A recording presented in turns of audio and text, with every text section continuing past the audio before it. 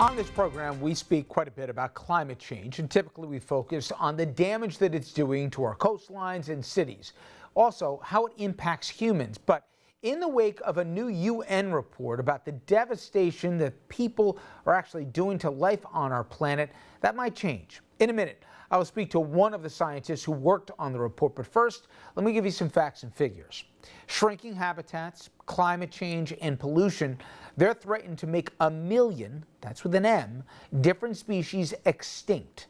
1 million of them gone forever. Includes 40% of all amphibians and a third of all coral reefs and marine mammals. As usual, humans the source of the problem. The report says more than a third of the world's land and 75% of the Earth's fresh water, they are used for crops and livestock. Plus, the explosion in the world's population is making scarce natural resources even scarcer. My next guest, he's a professor of evolutionary ecology at McGill University, Dr. Andrew Hendry. He joins us now. Doctor, thanks for the time. I appreciate it.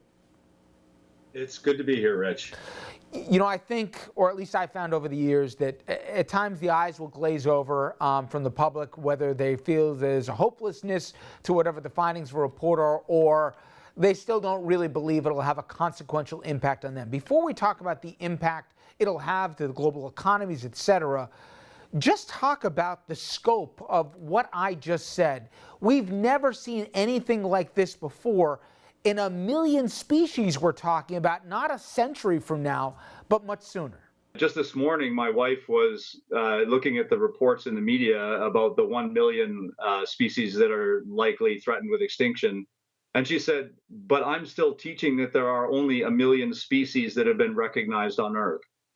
And I thought that was an amazing shift to just a few years ago. We thought maybe there were only 1 million species on Earth, to the fact that now we realize that 1 million of those species, of the probably now 8 million species of animals and plants on Earth, are in danger of extinction. Paint a picture, if you could, Doctor, because in going through all the data, I was thinking to myself, you know, we can't sustain these fisheries like we are right now. So much of the land that you know is being used for things other than maybe it was designed. The pesticides that we're using for these farmers are killing off the bees, and then you go down the food chain of this. Try and describe what we're doing now and map it out 10, 20, 50 years from now, if unchanged, what our planet would look like. The way that I would perhaps suggest that I can answer that question is to say that that estimate of 1 million species in danger of extinction is if the situation is right now as you described. But of course, we expect human populations to continue to grow. We expect increasing technology, use of resources, etc. And so I think that 1 million estimate is a vast underestimate of what is likely to be the case in the years to come. And lest anyone think, Doctor, that oh, well, you know, it's a tragedy if the orangutan population gets decreased, or, my God, the tigers in Indonesia will be displaced. Yes, but there's a direct human correlation and consequence for us environmentally, but more so a practical, tangible ways, economies. They'll be fighting over water. Explain, even for those who are, if not indifferent, unconcerned about what's happening to the planet as it relates to all these species, to the human species, consequentially, if things don't radically change, what this planet will look like for their kids, grandkids, etc. I think that this global assessment has diverged from previous attempts to look at this problem in specifically couching a lot of the impacts of the decline in biodiversity in the context of what are called nature's contributions to people. Those nature's contributions to people represent all of the benefits that humans receive from nature, including new medicines, including the filtering of water, including the provisioning of natural resources, protection against emerging diseases. And those benefits are the direct things that are being compromised and endangered with respect to biodiversity's loss. Something as small to many as bees. Explain how, just in that isolated case, with all the rampant pesticides that farmers are using to protect their crops, By killing off the bee population, not theoretically, but right now what we're doing, consequentially what that will have to the food chain and what we're already seeing already, Doctor?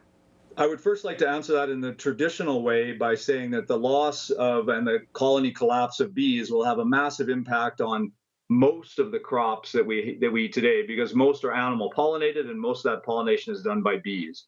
When people think about colony collapse of bees, they tend to be thinking almost exclusively about the European honeybee. But what this report would emphasize is that the native bees, the great diversity of native bees, are critical components to this food security, because they buffer against the impacts of negative pesticide influences on one species, that is the European honeybee, and they provide a greater diversity of potential maintenance of options for future pollination success. Doctor, for anyone in my audience who's traveled to places where we'll have coral reefs, they walk away, I would guarantee, being shocked at how much they're being bleached right now and evaporating from the planet. Your report looks at that as well. Talk about what's happening to coral reefs, and as you look at the timeline, how fast is an acceleration of really killing them off? Yes, coral reefs are one of the real hotspots for concern about biodiversity loss, primarily as a result of increasing ocean temperature and acidification associated with increasing carbon dioxide in the air. Coral reefs are in a dire strait all around the world, and it's almost certain at this juncture that there will be massive losses. There already are massive losses of coral reefs around the world. Obviously, this is your life's work. Were you even surprised when this report was completed, of which obviously you are a part of its construction? Were you even surprised just how dire things are right now? Or did you find that we're better off than you had hoped when you started the project?